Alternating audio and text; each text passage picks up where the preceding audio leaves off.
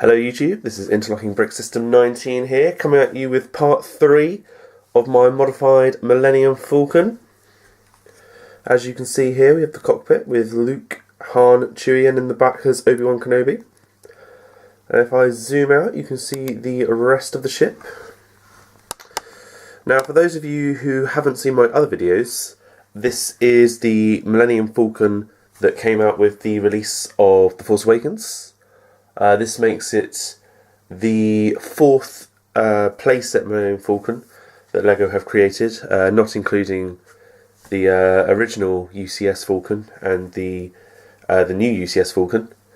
And it's we now know that this is not the last Millennium Falcon playset, as the leaked images of a new Millennium Falcon for the Han Solo film have just surfaced on the internet.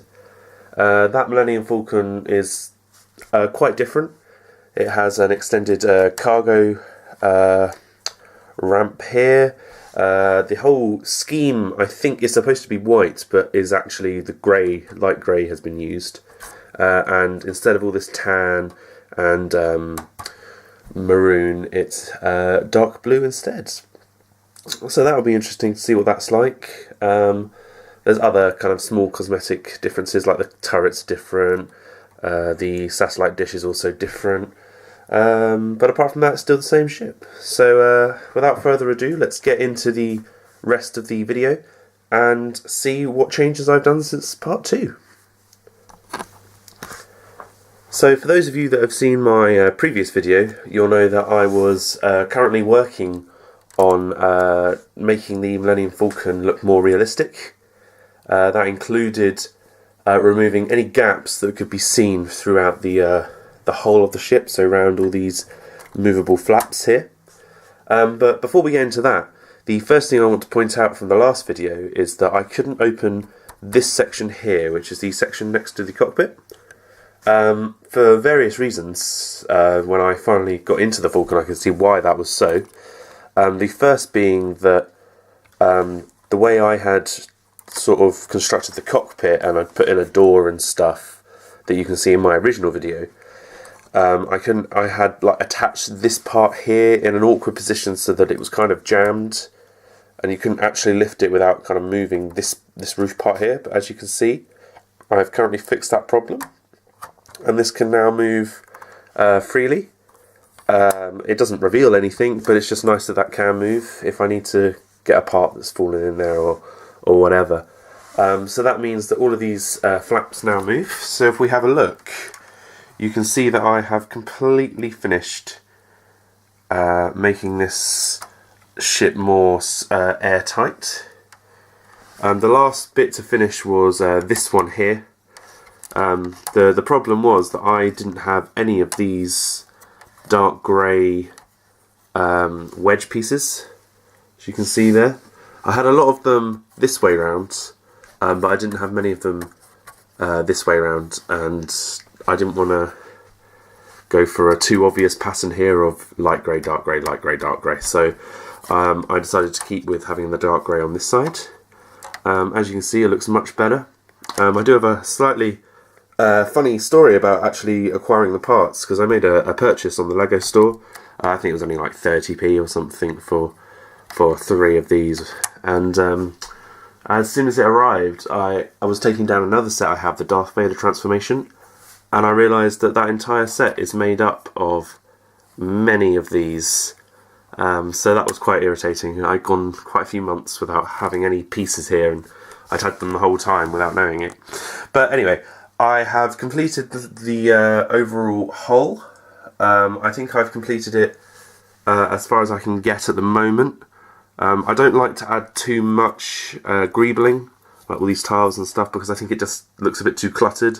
I know a lot of other people's kind of modded Millennium Falcons do have, you know, they're covered with all these tiles and stuff, and it just makes it look a bit too busy for me. So I like what I've got going on here. I think the only thing I might change is I might make this kind of engine part look a bit more detailed. But apart from that, I'm very happy with the rest of it. I removed the spinning disc of both of the turrets just because it kept moving and it was really irritating, and I'm a bit fussy, and I like to have this like pointing dead straight. So I just put on a standard square piece instead. Apart from that, there have been a couple of other changes to the exterior, and they are here. For those of you who have seen some of my other videos, you'll know that I don't like to have the spring-loaded missiles in my sets. I just think they look a bit too toy-like. I know Lego is a toy, but for me it looks too toy-like, and just gets on my nerves a bit. So I tend to remove them from most sets unless it looks good. Now on the Millennium Falcon it didn't look too bad because the spring-loaded missile came out here, and the mechanism was actually in this kind of access point here, and so it didn't look too bad. But I decided that actually this area looked a bit unneat. It was a bit jagged, so I took out the missile and I put in just a regular 1x4 dark grey brick, as you can see there, just to replace it. And then I still thought, actually, this looks a bit naff at the moment. So I decided to put in this long grey piece here. Added a couple of vents and stuff. As you can see, it's on a bit of a hinge piece here, and it just neatens up the edges, and it adds another angle. As it's, it's got studs on the top and the side now. It just looks a bit nicer. I know it's not quite long enough, but I think I get away with it. I got this idea from the, if any of you have seen it, it's the mini Millennium Falcon that Lego came out with in about 2009. Because it was such a small scale, they had to use kind of this idea along the side just so you could have a bit of detail. I thought, well, it applies here. It looks quite nice. And that has been done to both sides, as you can see. At the moment they're identical in where the placement of the grill pieces and the tiles are, but I might change that up in the future.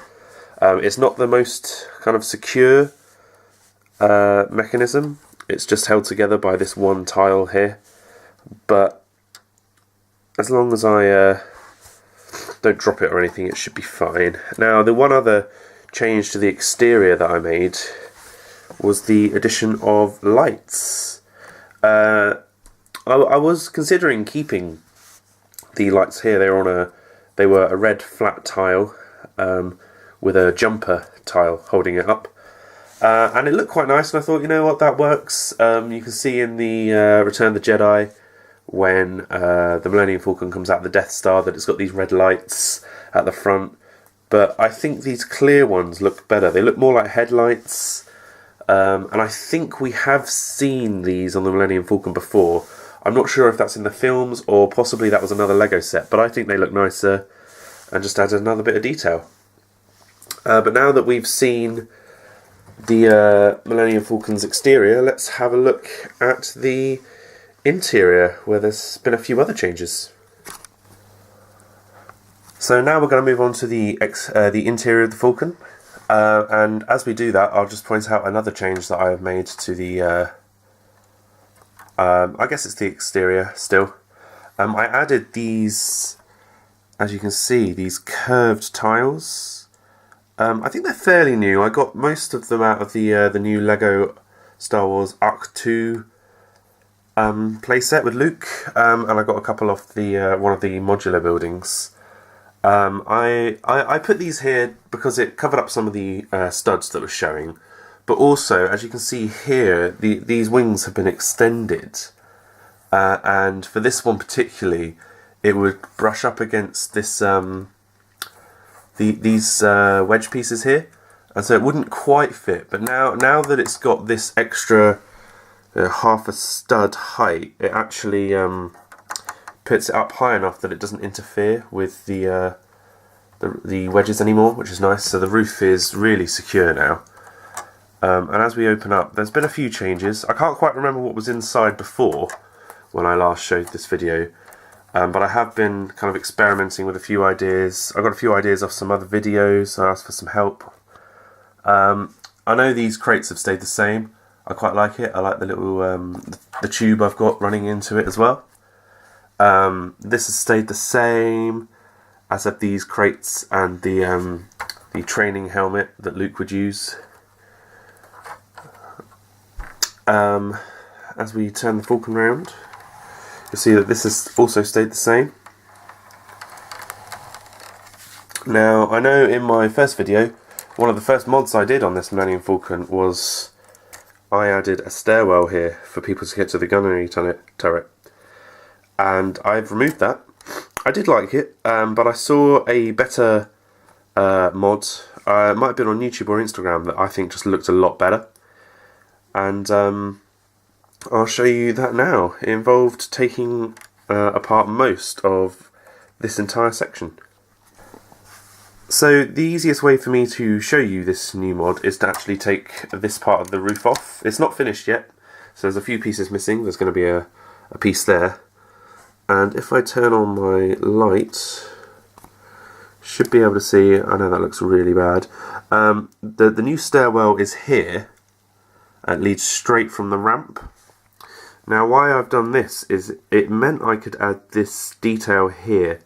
You see all these studs that are showing are going to be filled with cream tiles and cream wedge pieces, which add to the hallway look that the Millennium Falcon has.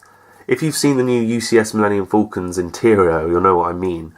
I just want it to look a bit more realistic. So on this side we have the ladder that goes to the gunnery turrets, and this has actually been done on the other side as well.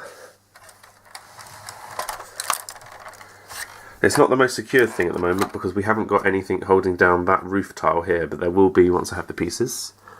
And on this side, you can see I've just put some studded panels. What I'm going to do there is I'm going to create more of a detailed engine interior, put a load of kind of consoles and buttons and levers and whatnot, and just make it look just that little bit cooler. I was really struggling with what else to do. I had cleared that gap, which I had put the weapons rack, if people have seen my first video, that Han Solo uses to give Rey and Finn new weapons. Oh, we've just lost a part of the roof in The Force Awakens, and that was alright. I made kind of made up a little kind of play set thing that attached all the weapons, but I thought it looked not as professional as some of my other changes, so I decided to get rid of that. And I had experimented with trying to make the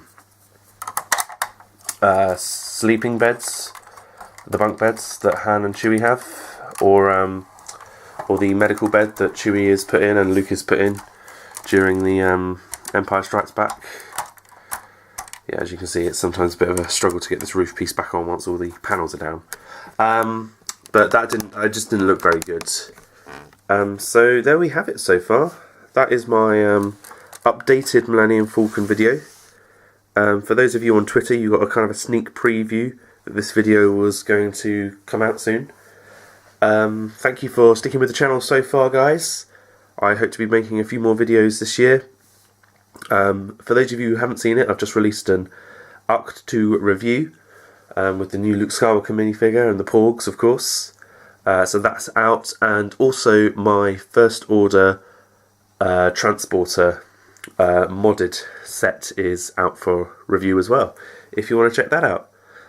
So hope you guys are well, have a great and wonderful day, and I hope to see you with part 4 of the Millennium Falcon sometime later this year.